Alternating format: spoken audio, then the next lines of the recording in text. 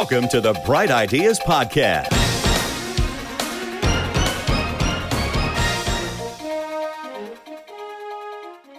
What's the disadvantage of the blog post approach versus the category page approach?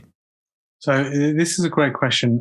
Just bringing back to this example, we prioritized the store pages, the money pages, which as we refer to, and the technical SEO. That's what we prioritized in the first 3 to 4 months. We didn't even touch the blog. The reason we did that is because those pages already existed.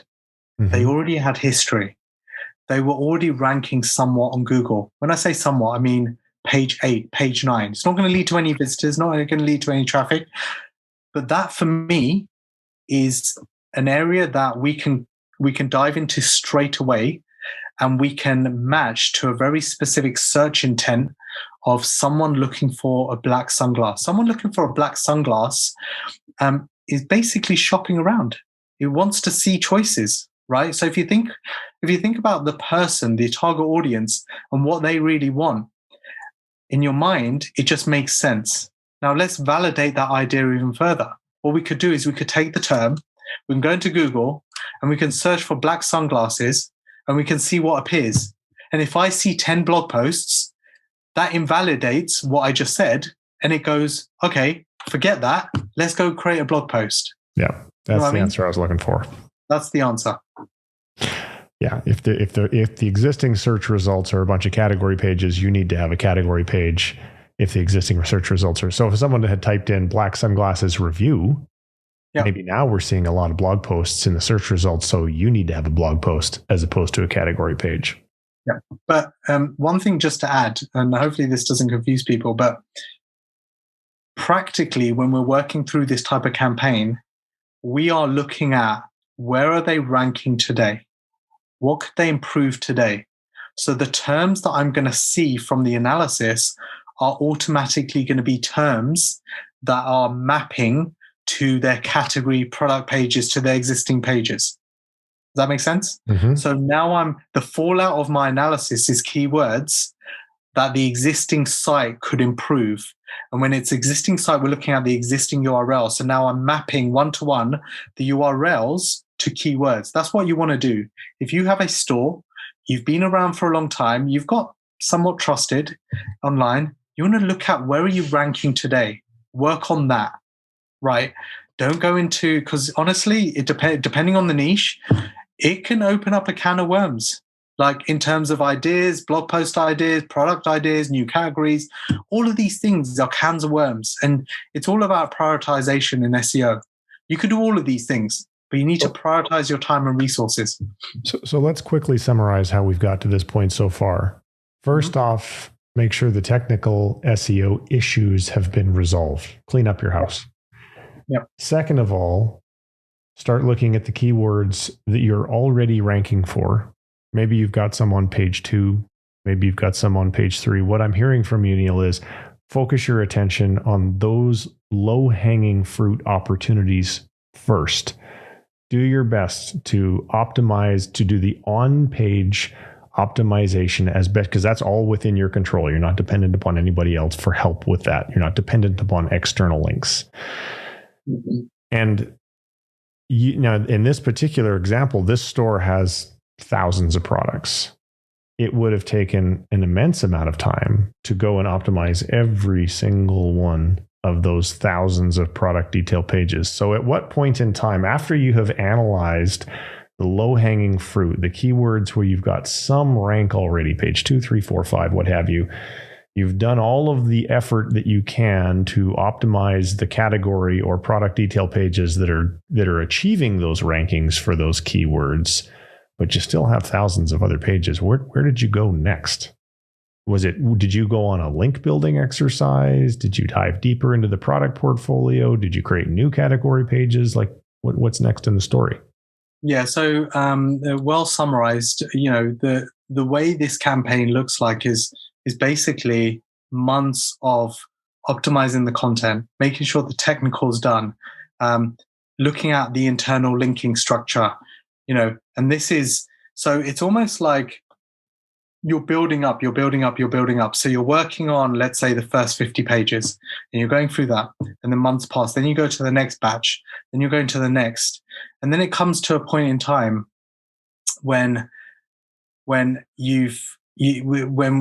we're past the low hanging fruit, Yeah. and so it then opens up, and we say, okay, we're past this point of everything's on our control. This is low hanging.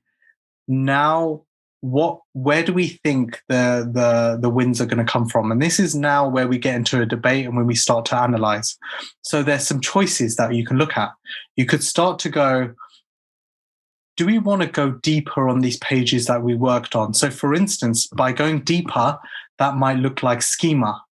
So schema is a way to basically code up your data and tell Google, this is what this page is about. So for instance, for e-commerce stores, you can tell Google, this tag is the price. This is the color of the product. This is the description. This is, all of these factors. And the concept is the more data you give to Google, the higher your chances of ranking. Now, personally, we don't necessarily jump into schema if the content's not good enough. Most agencies won't do that. They won't, they'll go, let's get the content right. So what we chose to do was we did a hit, like almost a sprint across content. And then we start to do the next layer up. So that's one of the choices you could look at. You could go, okay, let's take this a bit further. The other choice could be, how do we drive the authority of these individual pages? In other words, should we get more links, external links going to these individual pages? Or maybe we need to do more blog content to drive the awareness. So we need to go for top of the funnel keywords where someone's not necessarily looking for a product, but they're going, they're just searching around. They're looking for. I have this problem. I have a problem. Yeah. I need to dig a hole. I don't yet know that shovels exist. I just know that I need to dig a hole. So I'm Googling about how do I dig a hole? And then I discover there's a shovel. So now I'm shopping for shovels. Yeah. And in my example, the example would be, how do I keep my home warmer?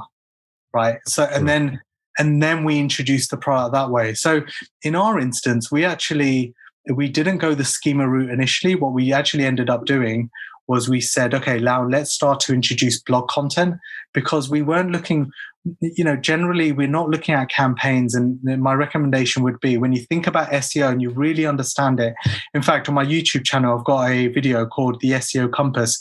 But when you really understand SEO, what you realize is SEO isn't just about getting to the top of Google.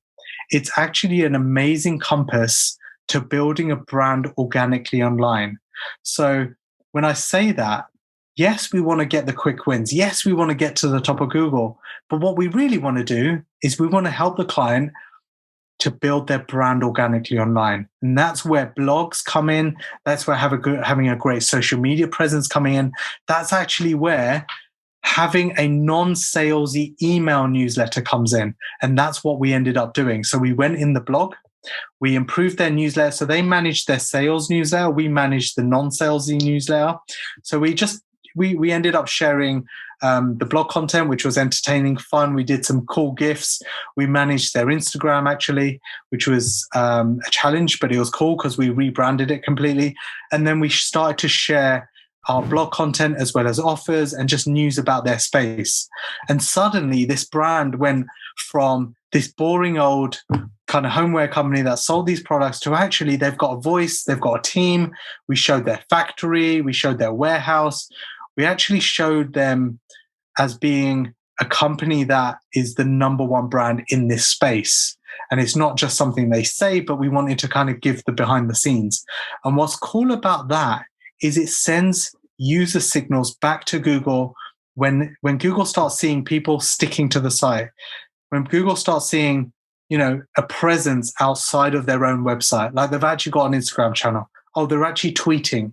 Oh, they've actually got direct traffic coming from a different platform, i.e. email newsletter. And so when Google starts seeing all of that, it's just like going to snowball over time because their SEO is kicking in. There's less junk on the site. The content's good. It's not spammy. It's non-duplicated content.